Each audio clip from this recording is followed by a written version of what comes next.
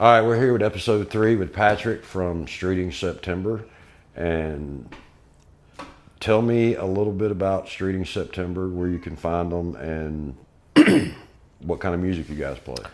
Okay, so Streeting September was formed in October of 2013, September of 2013, when me and Clementine met.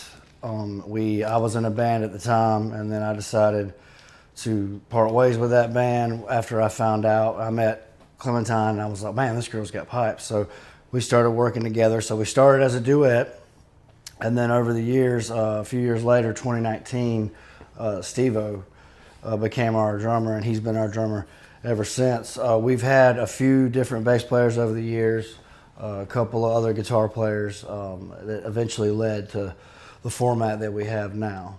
Now, y'all started out as like mostly 90s kind of, because when I first seen y'all at Powdersville Pub, y'all blew me away.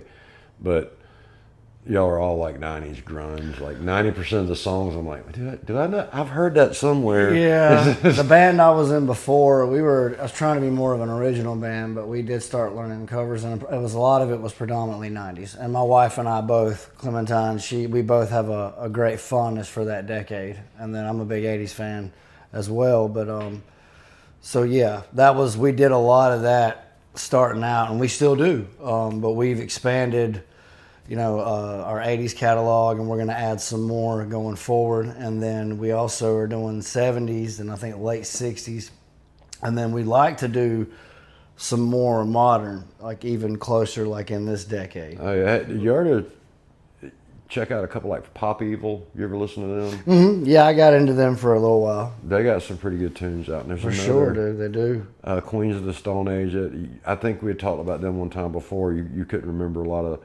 Yeah, they're kind of alternative, but they're right along y'all's, because y'all got kind of y'all cover mostly like the eras of rock, except for the 50s. I don't think y'all have. Well, no, not you've got the Pearl Jam cover from like the 60s, early 60s. Last Kiss. What was the original? Was that 50s? I cannot remember, but we don't do anything that far back. Yeah, but I mean, actually, Midnight Special probably could go back. Yeah. Because that's like a 200 or 300 years old song or something like that. There's a couple, that one. But y'all cover everything from CCR. I've heard y'all even did the Ozzy Lita duet one time. Yes, we do that, and then we added Crazy Train recently. That's a commonly covered song. Do you have the rattle thing? No. What do you call it? I don't remember the name of it, but no, we don't have one. What song? There's a song that broke in. The Aerosmith song, Sweet Emotion. Yep. If you listen to the first of it, you hear and the intro. Yeah, such a great song. That's you ought to cover that and break one. I've considered that. I've thought a lot. If I was going to do any Aerosmith, that would be what I'd like for us to do. I've considered it. I've heard that covered a couple of times. I think Haphazard done it a few times. I think I've heard them do it enough. Yeah, I think I heard them do it too. I can't think of anybody else offhand that's covered a lot of Aerosmith, to be honest with you. Yeah. But they have a great selection of songs that they pull from. Now you guys are a 5-piece, right? Yeah, that's the full band. So I guess I'm gonna take an opportunity to break this down. So the full band is all 5 members. Yeah. That's all the bells and whistles. Because y'all got quattro, trios, solo. Then we do something that we don't do very often, but we call it the Fantastic Four. And so that's the 4 of us without Glenn, the lead guitar player. That's because he can't do Sundays. So we only really use that variation when we play at Harris Landing on Lake Greenwood. We do like 4 dates a year, and they're always on Sundays. So that's pretty much the only time we use that Fantastic Four variation. And then we have the Quattro is one that we do a lot, and people seem to really enjoy that. And that's myself and Glenn on guitar, and then Clem and I singing with Brady, our bass player, from the full band playing cajon, backing us up with the beat. And then we don't really do a whole lot of trio or duo really anymore. That is, we offer that. We offer whatever the space demands. Yeah. That was one of the reasons we created these different things, is to have, opportunity. So it's not like you do have acoustic, but you also have like you can back off one because you're not really doing a lot of dual lead, but you do some dual lead songs. But I know y'all kind of bounce off each other sometimes, but you play mostly rhythm guitar. Yeah. So, but you have played lead before. Yeah, I do. I dip my toe in the water as a lead player, so I never claim to be. You're pretty good. I appreciate it, man. I'm an improv player, so like I don't know guitar theory per se. Like I've learned a lot through the years, but everything I've learned has all been from people that I've met or that I've just learned on my own. Glenn's helped me, and Brady have both helped me a lot over the past year to understand the code behind it all. But I've been encouraged to not overdo it with theory because then I've heard a lot of people say you lose your creativity because it's all calculations and math and movements and shapes. Yeah. And so, like I said, I'm predominantly an improv player. I can play by ear and I can read tab. So that's how I learn songs. But 90% of the time, my ear is going to be more accurate than most of the tabs that I find. Oh, yeah. You know, I use the tabs loosely as a way to kind of find the general start of everything. Yeah, whatever scale you're in. And then I just go, and then I just play the song on repeat. And then I find all the little nuances and whatever it calls for. But yeah. So, yeah, I just dabble with it a little bit. Glenn's the guy that's been, killing it playing lead for 30 plus years. That's what I was going to ask with... who in the band is the theory? Because every band has like a person that's a techie, a person that's a theory person, another person that's like an engineer that could rebuild a guitar. Who's the theory person in Streeting September? I'd say Glenn and Brady both. Okay. So do they have any education? I think I've interviewed both of them before, but. Well, so Glenn took, if I'm not mistaken, now don't quote me on this, I think he did. His dad encouraged him early, like his dad kind of had a thing for cars and worked on cars. And, Glenn didn't really seem to be interested in that. So, once he started finding an interest in guitars, his dad pretty much said, hey, man, if you're going to do it well. So he always really encouraged him and pushed him to be the best at it, which, in my opinion, he's one of the best around. Like, the guy is amazing. He's consistent. That's one of the reasons we love to have him. Oh, he's awesome. He's definitely the theory guy, and then Brady, he's also the theory guy because he can play multiple instruments. Oh yeah, he's bass, like drums. Yeah, he can do bass, drums, keys, guitar. I can do guitar, sing, and play drums. That's all and I can dabble with the bass. I goof around with it, but I'm not really interested in it. Singing, guitar, and drums are my musical instrument interest. Oh yeah. And then Glenn plays guitar. But you're singing against her sometimes, and I'm not going to say who, and I've done this with y'all before.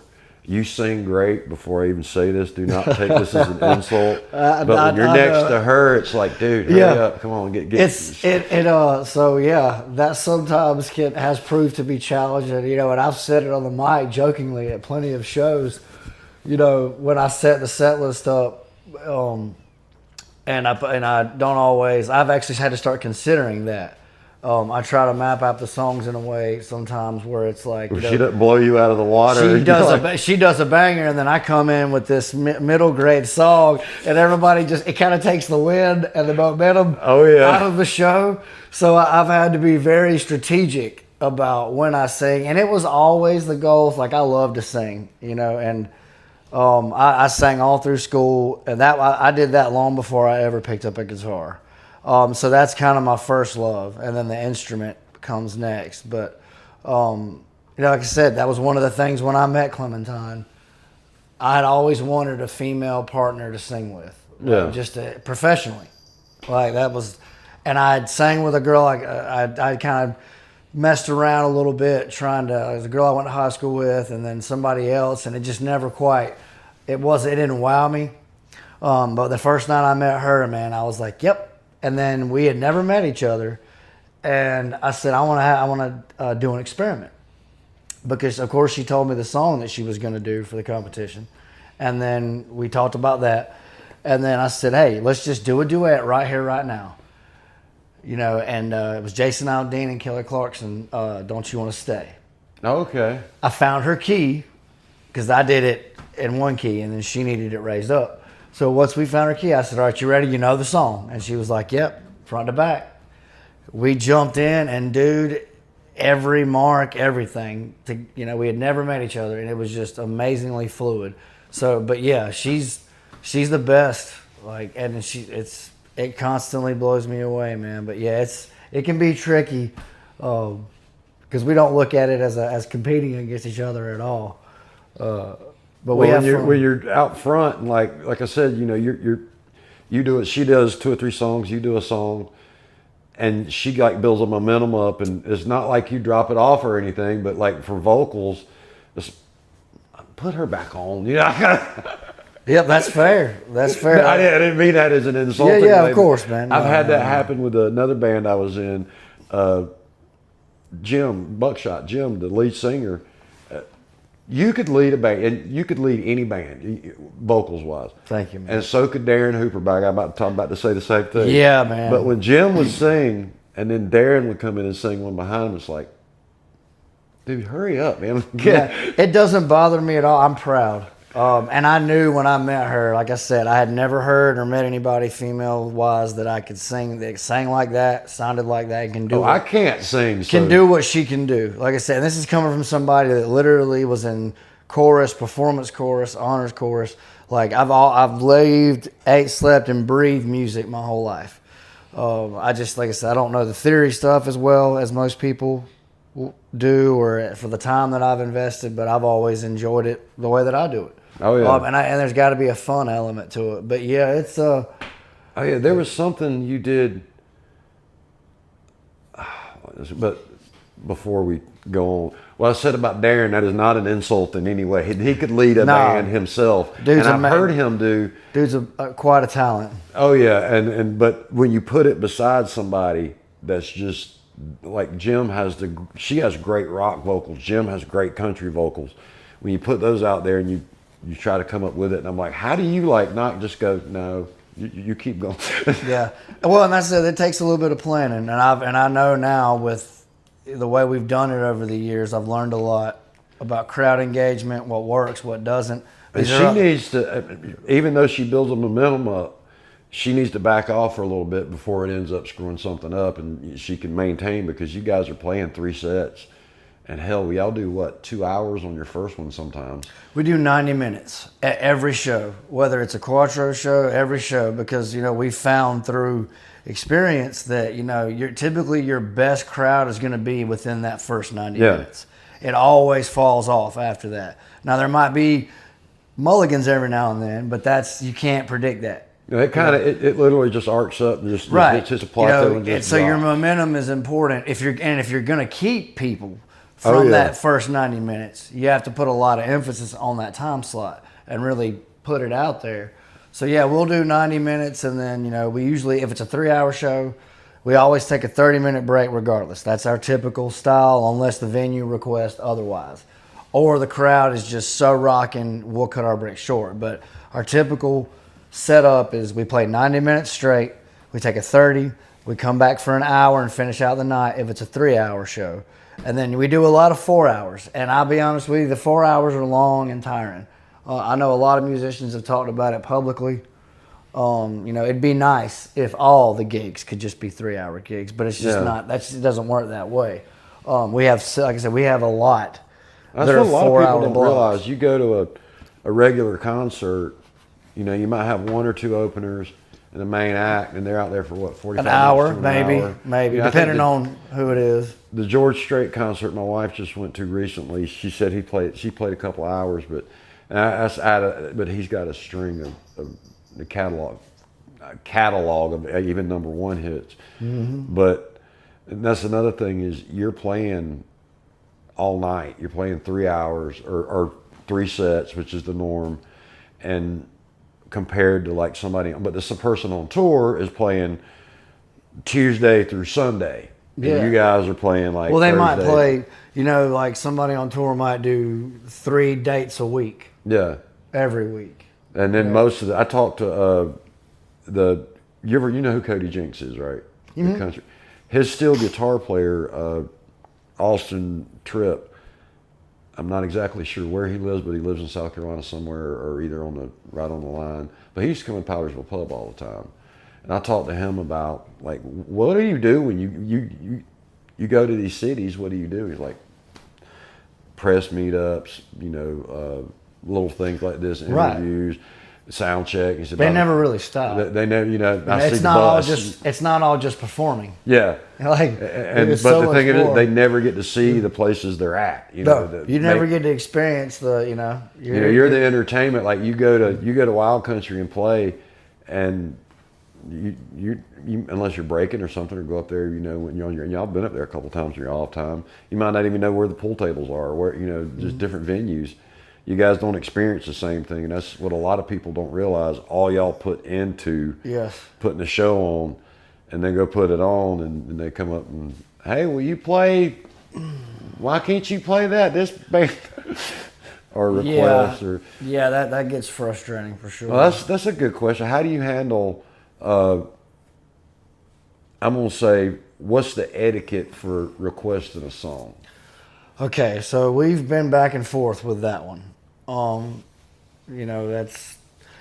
So we don't mind, almost every show somebody always comes up, at least one person asking for that. Now, it's typically our standard has been, it depends on the night. Yeah. I had a girl ask me a couple of weeks back, I can't remember where we were, and she came over to me, and some people do it very politely and respectfully, others don't. I had a guy at one time try to talk to me right in the middle of a song, and I'm singing, and I'm like, bro, I've seen that. Wait a minute, man. And I'll go like that in the middle. I'm playing and singing. I'm like, dude, you gotta wait. Like, come on, man, you're totally killing the vibe. But yeah, so I had this girl ask me, I think it was Delaney's. It was. We were doing the Quattro a couple of weeks ago at Delaney's in Spartanburg, and Clem was already talking to somebody. Somebody was already talking to her. We were already in the middle of the set. This girl walks over to me, and she's like, do y'all do a request? I said, it depends. And then she said, okay. And then she walked off. I never really saw her again. But yeah, we kind of do it, because you don't want to make a habit out of that. Because especially, and that's what I always tell the guys. I'm like, if we do this once in the night, and everybody thinks that sets a precedent that it's okay to keep it up. So we've kind of shied away from that as of late, because it seems like it's getting worse. Oh yeah. So we kind of had to, so our new stance is no, unless we announce it.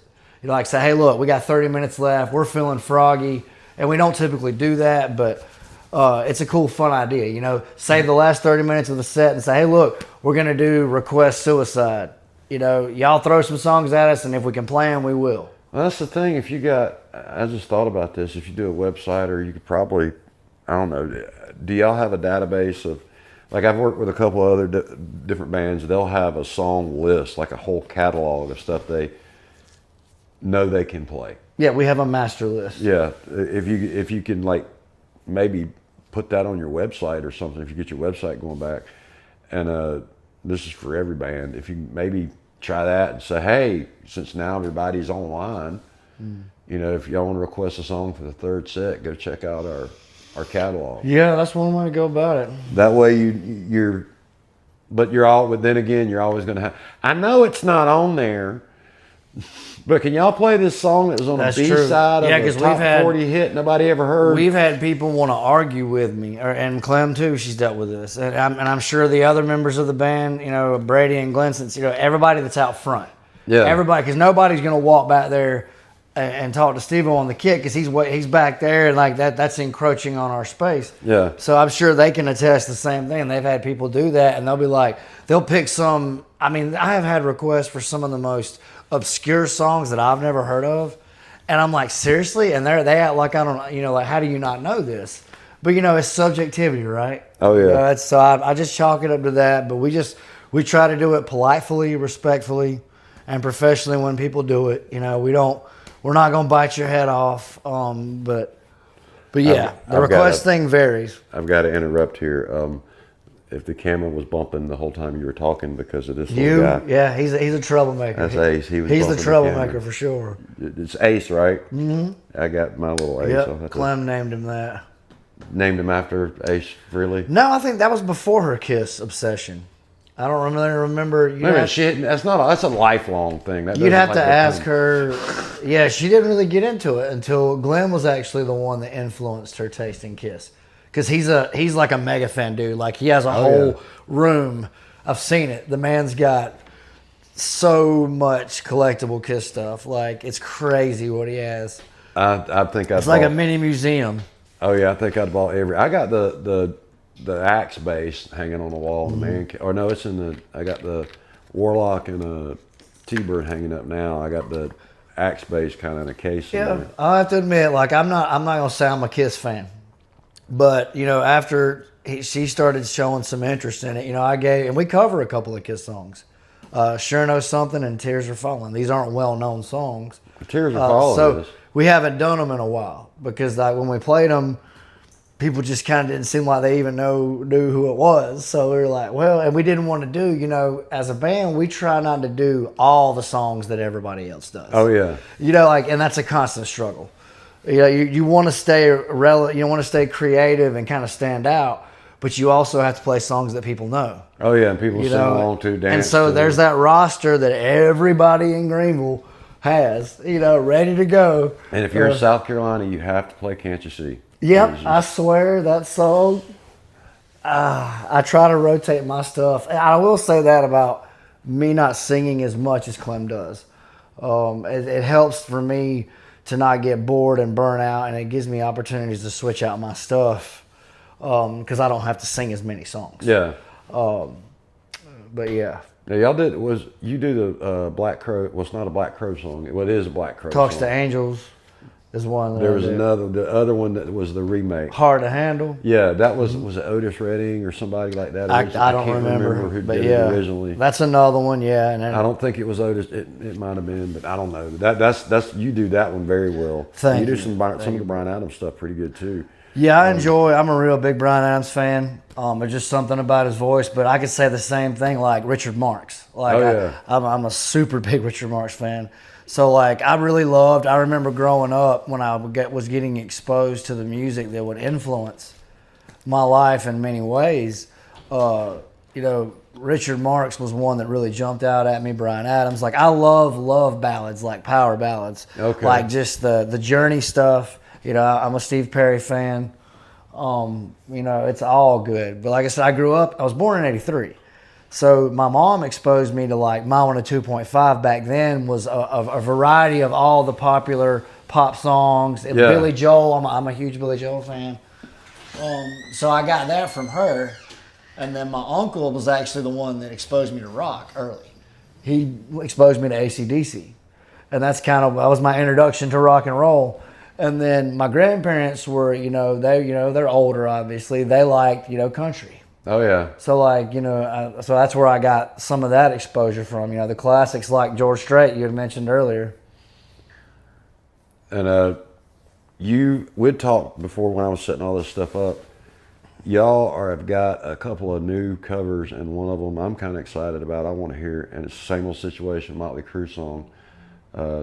That was the one. And what did she say from the Led Zeppelin song you said? It was Ramble On. Ramble On. So, and those, just for the record, those aren't ready yet. We haven't. Yeah. Well, I'm saying those are coming. We haven't even started on those yet. Those are just the two next picks. Clem will be singing lead vocals on those two songs. I would love to hear her try Live Wire from Motley Crue. I'd have to go back and listen to how that goes. It's when Vince Neil's he's real high up on that. Yeah. I'm sure I've heard it. I just don't know every name of every song. It's the video where they.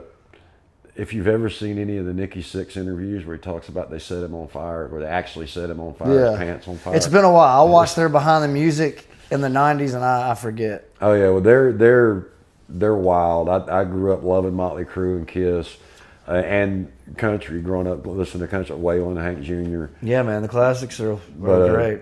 And you guys, like I said, you have a killer set list. You also have...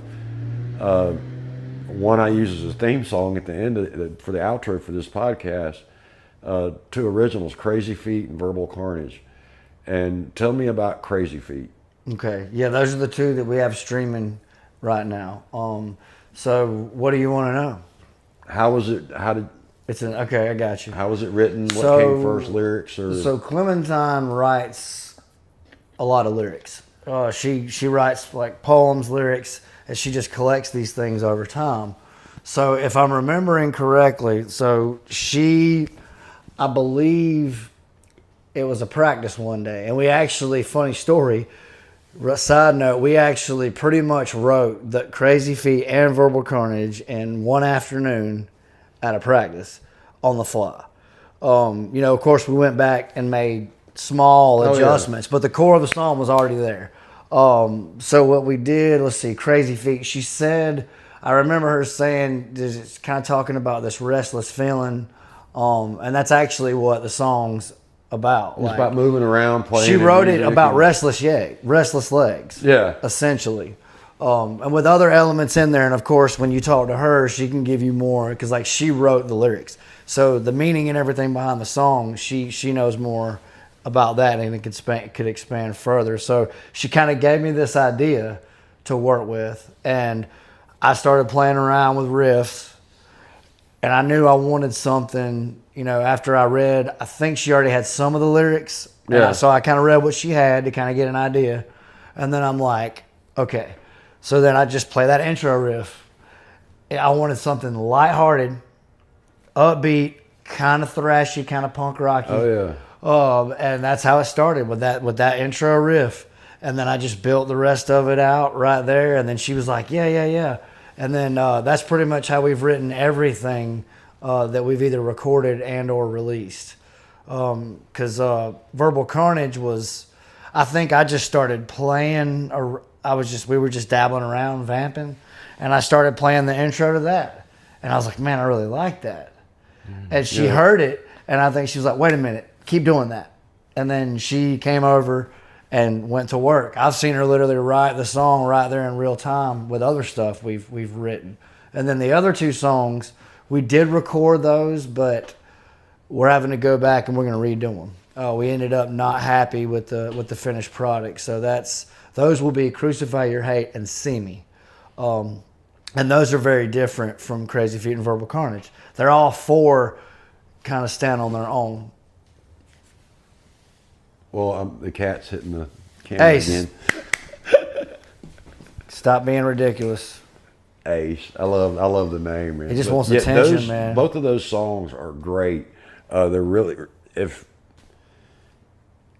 rock is kind of dead, if there were still any type of rock charts and y'all had the millions of dollars and a label behind it, Crazy Feet would have charted. It's got an earworm in it. I know you've always shown a great fondness for that song. The thing is, when I first heard that. it, when I recorded it, and the audio that night was terrible, but I'm like, geez, this has an earworm, because it stuck with me. And the whole way home, I'm like, damn it, And that's what I wanted. That's what, when I was writing that first intros to that song, I wanted it to catch, because the way she was showing me with the lyrics and kind of the vibe of it, I was like, yeah, this needs to be catchy.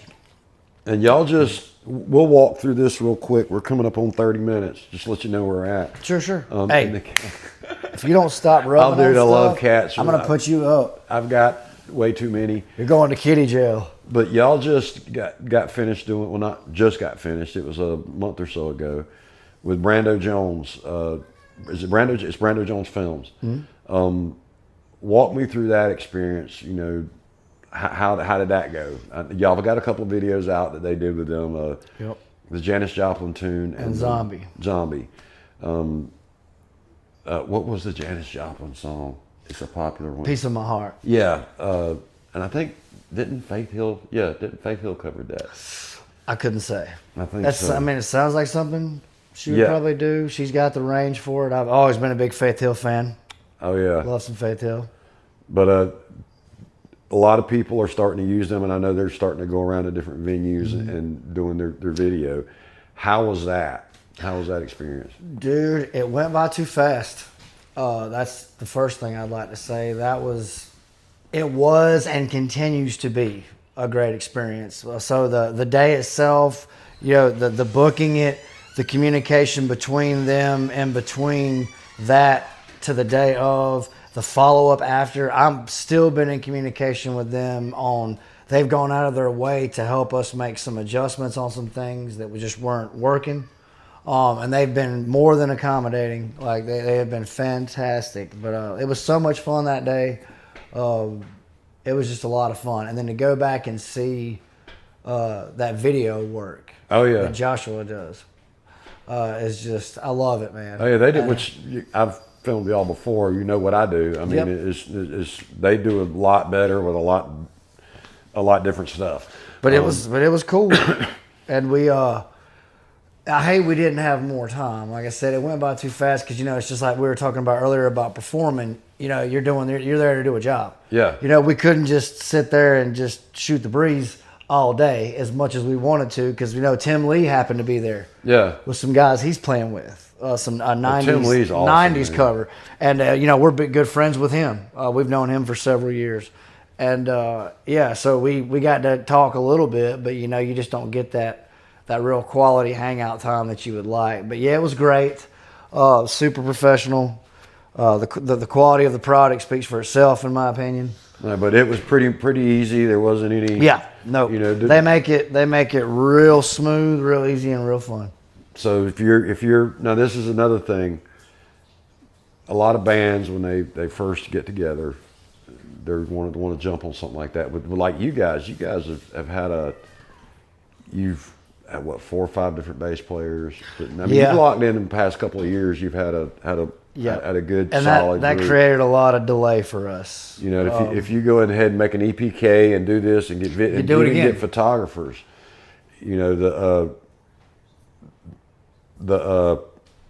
if you lose a band member, somebody, hey, I want to go play here or do this or just quits.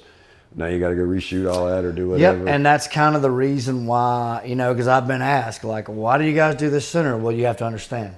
Yeah, we've had so many member changes. We were cautious to not, lock in and get that done for all those reasons. And then this new arrangement with the 5 of us is coming up on 4 years, 3. It's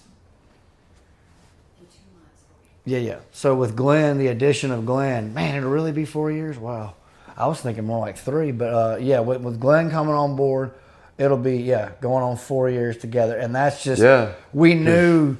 We just knew, okay, we've got the formula now. Like, this is what we've been looking for. Yeah, because it took me about a year to dial it. Because when Glenn came, I went from recording y'all to it was almost crystal clear. And this is nothing. It's nothing against Glenn because I never said anything about it. But I told y'all it's him, but it's not him. He plays so good, but y'all hadn't gelled yet. You couldn't get. He was up and down on volume. You were chasing him. The whole. It took us a little while. See, and that was kind of the reasons we stayed a 4-piece for so long. Yeah. Because this isn't a new problem to musicians and bands. When you have 2 guitar players, rhythm and lead, and then if you swap, you guys got to be, but our chemistry was really good early on, and that's what I liked about having Glenn on board. And then it just took a while to get our mix where we wanted it. Yeah. And I think now is we've got y'all sound the last time. Matter of fact, I've got like an hour show of y'all that I never released. Yeah. And I'll probably put that out sometime. Awesome. I remember it was an hour and a half. I remember I would always send y'all like, hey, do y'all like these? Yeah. And because there's a couple of them, she'll be like, "No, I just sounded out." Something you didn't like about it. Yeah. And I'm like, "It doesn't. It's fine." Yeah, yeah. Well, musicians are our biggest critics. Well, there was one. I remember there was one. The first show y'all did at Wild Country, and I had a shot coming off Steve walking backwards, and I was like, "Oh man, this looks great coming back." Yeah. And I sent y'all a bunch of songs. Yeah, man. That was one of them. I can't remember. I think it was might have been Bad Company. It was one of a remake that Five Finger Death Punch did. And I'm like, man, that was a good shot. I have to see if that. I can't find it now because I try to delete. If you don't want it, I delete it so it don't end up more space for more. Well, not necessarily, but it don't end up in the mix because I put everything on Google Drive and we'll use it later. But we're coming up on about 35 minutes. Let's try. I want to take a little break, not a break, but I'm going to play Crazy Feet. About 30 seconds of that. Matter of fact, now I'll play Verbal Carnage if you want to hear Crazy.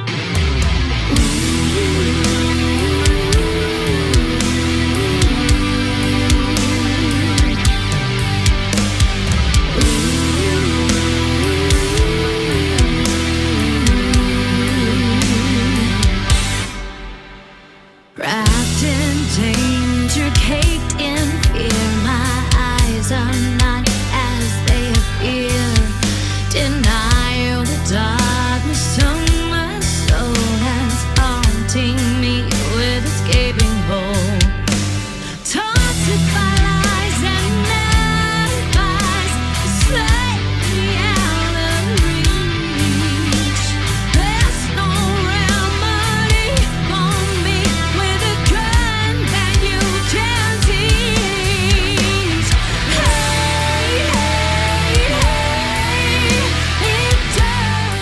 Gotta say something about that. Welcome back. But we took a little break. Patrick went and used the latrine. Oh. And when I first got here, by the way, we're at their house. They had to get up and use the bathroom, and we just talked about that scene from, I think it's Naked Gun. It is. Where Leslie Nielsen goes and he goes to the bathroom. We're talking about the mic pack on. Like, make sure we don't do that if we break. And he gets up and goes, and he's got the mic still. This mic still.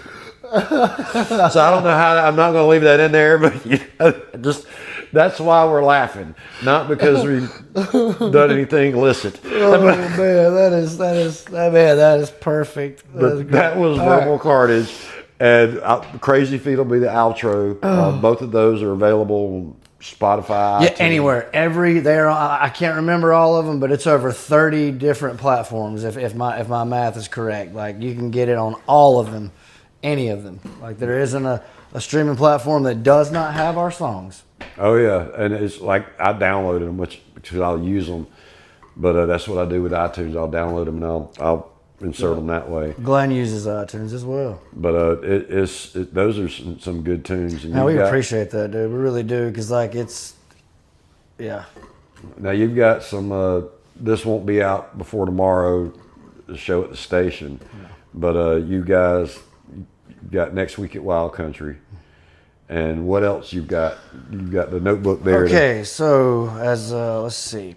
All right, so we'll be at Wild Country full band on May 30th, and then June is a little bit lighter month as far as public gigs go. So you can catch the Fantastic Four on Lake Greenwood at Harris Landing from 6:30 to 9:30.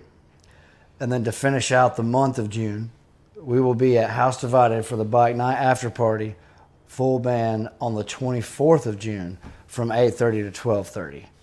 And then July, we have the full band at the Late Show at Smiley's on July 2nd from 10 to 1. The full band at Harris Landing on Lake Greenwood on July 10th. The band will be back at the station on the 17th of July. Then another Wild Country, July 24th, 8:30 to 12:30. The station is always 9 to 1. And then we'll finish out July at Sweet Sippin' on the 25th with the Acoustic Quattro from 8 to 11.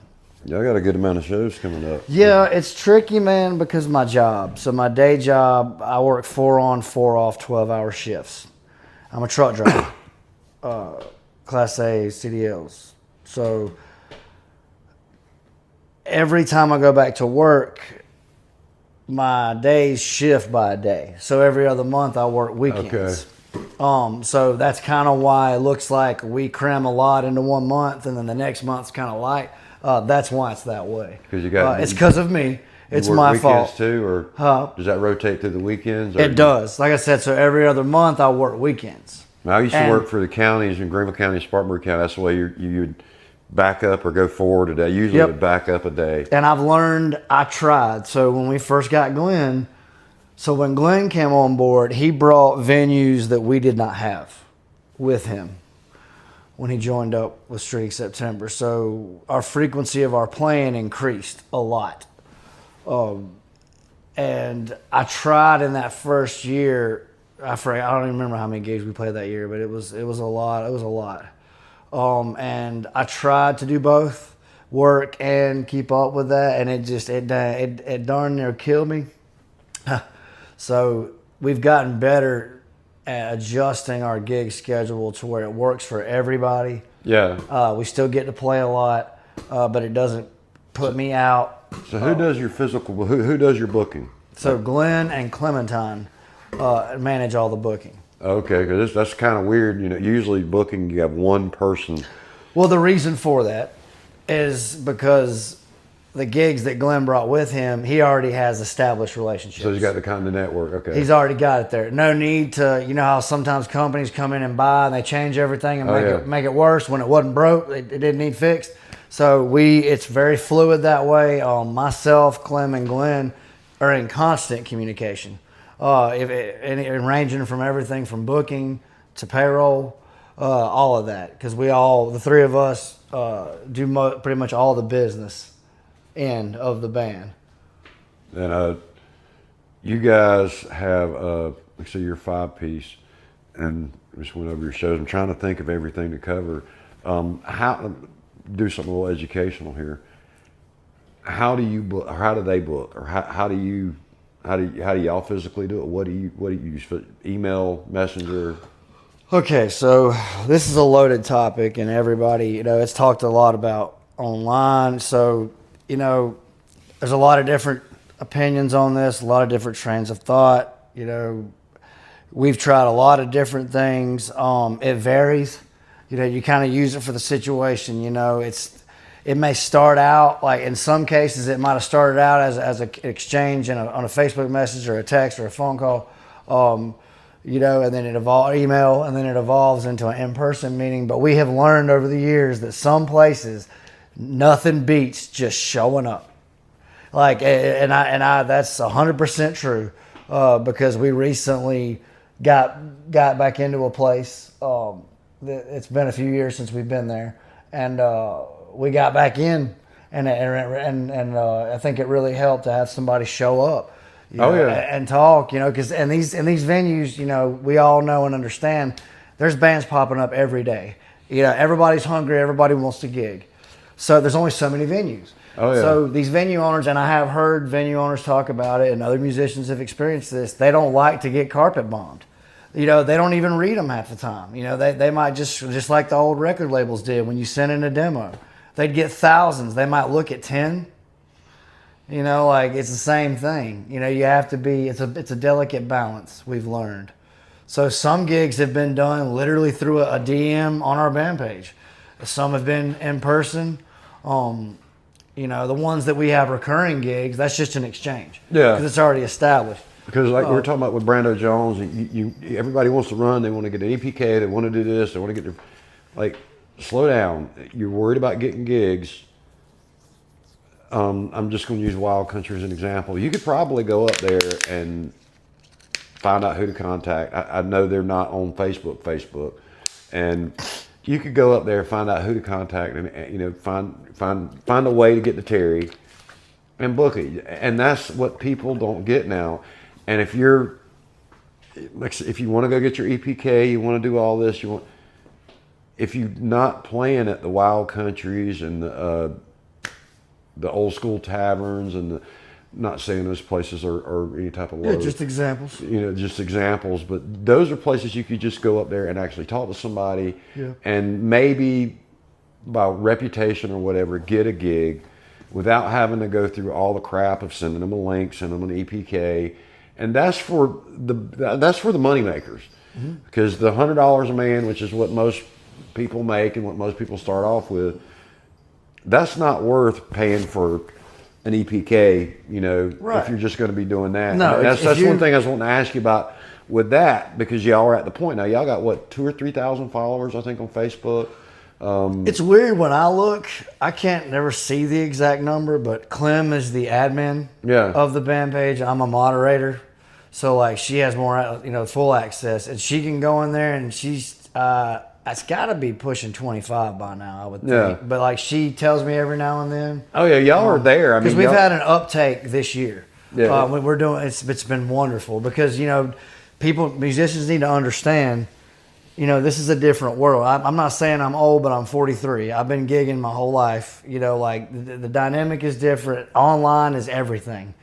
Presentation is everything. This, it's not as simple as it was, in the 90s or, you go out with an actual flyer. Right. People don't just, it doesn't, and now you could do that for one big ticketed event or something like that. But to do that for every gig, no. People don't have time to go out and beat the pavement like that anymore. And most people aren't going to, like I said, everything's online now. So it's easier. I tell everybody, man, that till I'm no longer breathing, man, you gotta. That stuff matters, like you said, if you want to elevate, because that's what we've learned. It's we've learned from some of the other bigger bands in Greenville. There are bands that are at the top of the food chain, and they didn't get there by not putting in the time. Oh yeah. And it's just as much. It's even in my opinion, it's more about marketing and presentation than it even is about talent. Because I know countless talented people that don't even gig as much as we do. and then I've seen the other end of that spectrum. So like, talent matters, obviously.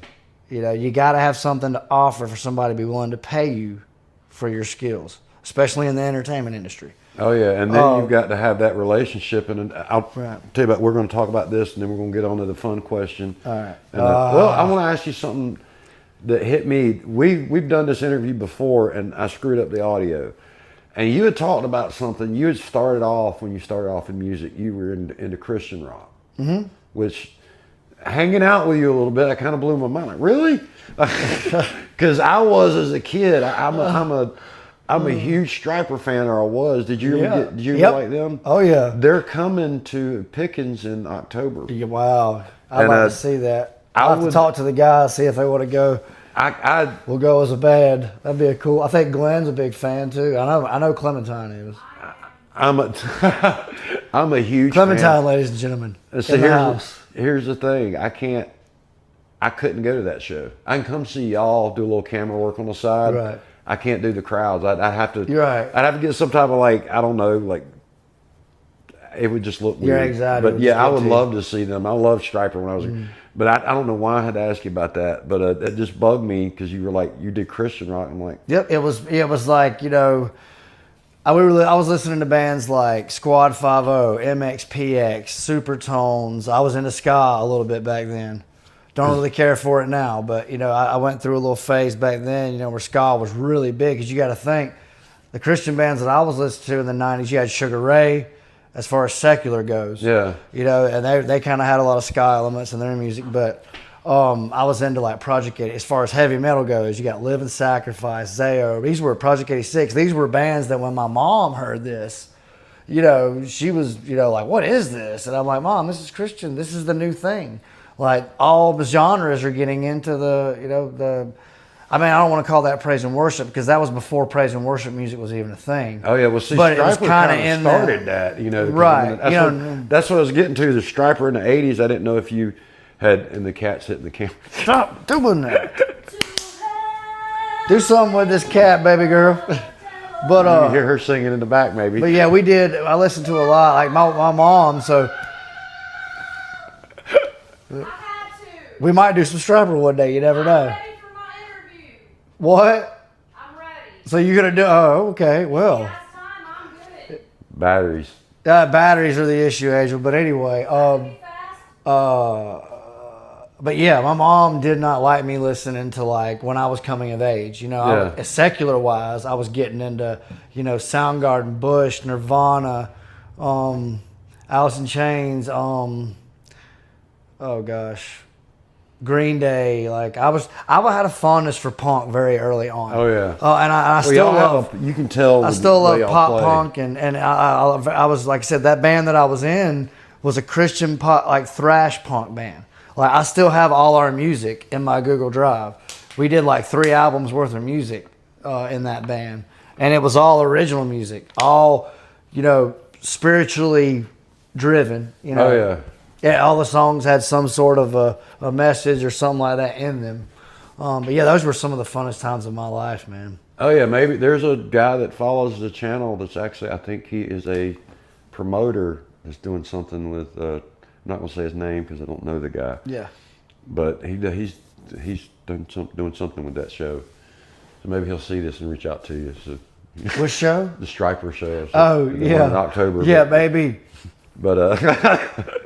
But we got to build on to the fantasy band. I got to ask every band this question. You know what it is. You know it's coming. I hate this. But what is your fantasy band for the Upstate? Just give a 4-piece or 5-piece, however you want to do it. Goodness gracious, man. All right, because I tried to do this the last time we tried to do this interview, and like it's more names came to mind. It's really. Oh yeah, when I did mine, you're like, yeah. It's so hard. God, it's so hard. But all right, I'm gonna do 4. Okay, and just for the record, these have to be people that aren't in my band. Yeah. I'm gonna pick people that Upstate that I've people never that done are- a band with. That's part of the fun. That are like- I can't pick my own band members, just for the record. So I'm gonna go with 4. I would say. Let's see. I would want. Let's see. Let's work our way out. Let's start with drums, and then I got to figure out what kind of music this would be. So, man, that's tough. 'Cause I really, there's a million names you could mention, and if, I just want to pick one though, but it's so hard to do that. All right, so I'm just gonna name a few of each part, and then that way I'll have a clean conscience. All right, so drummer wise, you could go with Daniel Malone, Alex Pappas, Gavin Glover. I don't know if you're familiar with that guy, but good grief, that man. I know that name. He can play like anything. Any genre, dude. I follow him on Facebook. I've never met him in person, but man, he was a drummer for Hot as a Pepper. Okay. At one point, like full time. I think he still fills in. Maybe I can't be sure about that, but I know he did. But man, the dude is great. Alex Pappas, Flashpoint. Yeah, Flashpoint. I've always been a fan, and then Daniel Malone from Flipside. I just love the way the guy plays because they're an emo band. So that's a lot of songs that I loved when I was growing up. So they play a lot of my favorites. So that would be, there's 3 drummers off the top of my head. All right, now we're going to go with bass players. So I'd say, in no particular order, Jonathan Muley from Flipside, because he can play and sing. And the dude just does it with such classy style. I love it. Carl Bernard Oh yeah, from Flashpoint, dear friend of ours, him and his wife Debbie. And I just love the way he plays it. The man knows his stuff. Let's see. What's another one? Oh, man. I just blanked out again. Hack, I think, would be from Widow Lake would be fun. Oh yeah. To play with. He just has that whole rancid punk rock look going from that time period, and he plays it so well, and I've never really heard him miss many notes. So that would be Fleetwood. Fleetwood. He's next. Yeah, we've talked actually. Him and Clem and I have discussed about, and we've discussed, musicians. We talk about, network doing projects with other bands. She couldn't come to hijack my interview. No, but to save on batteries and time. But Here I am. okay, hey baby. Don't put this in there because I have to fix my pants. But Well, it's mostly gonna be on him. So. right, it's all good. Damn it! It was my interview today too. But yeah, he'd be another one, and we've talked about playing together. But it's just it's hard to do that with everybody's stuff and figuring out what you're gonna do and all of that. So there's a few bass players, lead guitar players. The top of my list would be Jason Wolf. Okay. Without question, from Randomonium. The dude can play, he can sing, he can run those pedals like so flawlessly, seamlessly, and the dude does it with a smile on his face the entire time and makes it look ridiculously easy. And he's a great guy. Like I said, we know him personally. So I think he would be a blast to have on guitar. Sean Chapman from Randomonium. Yeah. I'd like, play guitar and sing. I'd like to be, it'd be me and him and Jason singing, and then whoever the bass player would be, if they sing or not, would vary. And then of course drums. Like I've always thought it would be great to have a band where everybody sings, like the Eagles. Yeah. Pretty much everybody plays something, everybody sings, because I'm a big fan of 4-part harmony and multi-harmonies, and like growing up in church, singing hymns in the churches that I grew up in, it was all a cappella, and then singing in chorus. I love the different voice parts. So I think that would be fun. And those are just a few off the top of my head. I'm trying to think of somebody else. Did you pick I need another guitar, a couple more guitar players. Well, I was saying, if I was in a band with him, it'd be like me and Sean, would be kind of the primary singers. Of course, Jason too. Like he could sing lead too. Like that's what I'm saying. That's the beauty of the idea that I have for this band is like everybody can sing lead, everybody can sing backup. And then me and Sean would have the guitar parts covered rhythm wise. Jason's got the lead covered. And then any of the drummers I named would be more than capable of doing all of that. Bass players too. And there's plenty more that I can name. Now, if I wasn't going to sing and I was going to pick a singer and I was just going to play guitar and do backup vocals, who would that be? Goodness. Two female and a That's what I'm trying to do. Let's see. I'm drawing such a freaking blank. I know mine. I know JC from the away team. Is that Seppa? Okay. I can't Yeah. pronounce her last name. I really love that. Todd's daughter. Yeah, Todd. How do you pronounce his last name? King? Yeah, Todd Mark King. King I was and thinking Jason Todd Zimmer. Yeah, I think that sounds right. I forgot his last name was King, but yeah. So yeah, she's really, really good. Like I think I could sing with her and do harmonies and stuff like that. And then male would be, let's see. I can't really think right now. I should have considered that ahead of time. Help me out, Angel. Throw some names in for me. They just sing. Mine differ. I mean, I love the way Sid Killian sings. Yes, Sid would be fun. He's another one that I would. Yeah, he'd be fun to play with and sing with. That's just the whole point behind this is to get, if fans of y'all's are watching this going, who the heck is that? I want them to look Yep, go up that check band. all those bands I named. You're basically recommending. Yep. You know, I'd one of the recommend questions I used to do any is, of who's your those favorite bands. Upstate band? I just thought I'd take it a little bit further and just go, you can mention 5 or 6, you know, you probably just went over 8 or 9 different bands in just one little. Yeah, I tried to just, off the top of my head, to say something like this, and I had considered prepping for this interview, which I didn't really prep per se, but this one, I knew this question was coming, and I was like, you need to write down a list of every part in the band and have multiple names. Oh yeah, but you don't like I said, leave, this is just it's more of. I know every musician I've talked to is like, man, I'm going to ask you because that. you don't You're want to not- offend anybody, you know. Well, but I get that, but the point of it is Not about that. to help out other. Absolutely. And Right. And there are so many good bands. When we go and see a gig, when we have a chance, we hardly ever. yeah, I'm always, we were talking about that I'm earlier. always, my gears are turning, and I'm like, I'd love to hear this guy with this chick with that dude over there, and I'm always making bands in my head anyway. You know, like, oh, these people. I hope should these mics collaborate. pick that up. Tim Lee. I think they can pick it up. Tim Lee. Yeah, we talked a little bit about Tim. I love. Yeah, we like some Tim. Everything great. We love some Tim Lee, His man. vocals are nasty. Love some Tim Lee. Yeah, Tim's awesome, but hell, we're about to hit an hour, and I've got to get out of here. But go over your socials real quick. We've got your dates coming up, but go over your socials where you can find them. I think I'd ask you about your events on Facebook. They're all kind of up Yeah, to we date. went through them. But where could you find Streeting September? Okay, so on the internet, you can find us at Facebook, Streeting September, Instagram, Streeting September, and our website at www.streetingseptember.com. Now, www. Y'all know what I mean. You know, typical. 3 W's. Typical.com. But it's not. It's down right now. But I promise we are going to update it, get it back going, and get some fresh content on there for you guys. So those are our primary ways to find us or reach out to us. Is through those. And you've got the 2 originals, Crazy Feet and Verbal Yep. Carnage, and Crazy Feet will be playing as the outro for this. That's my outro song.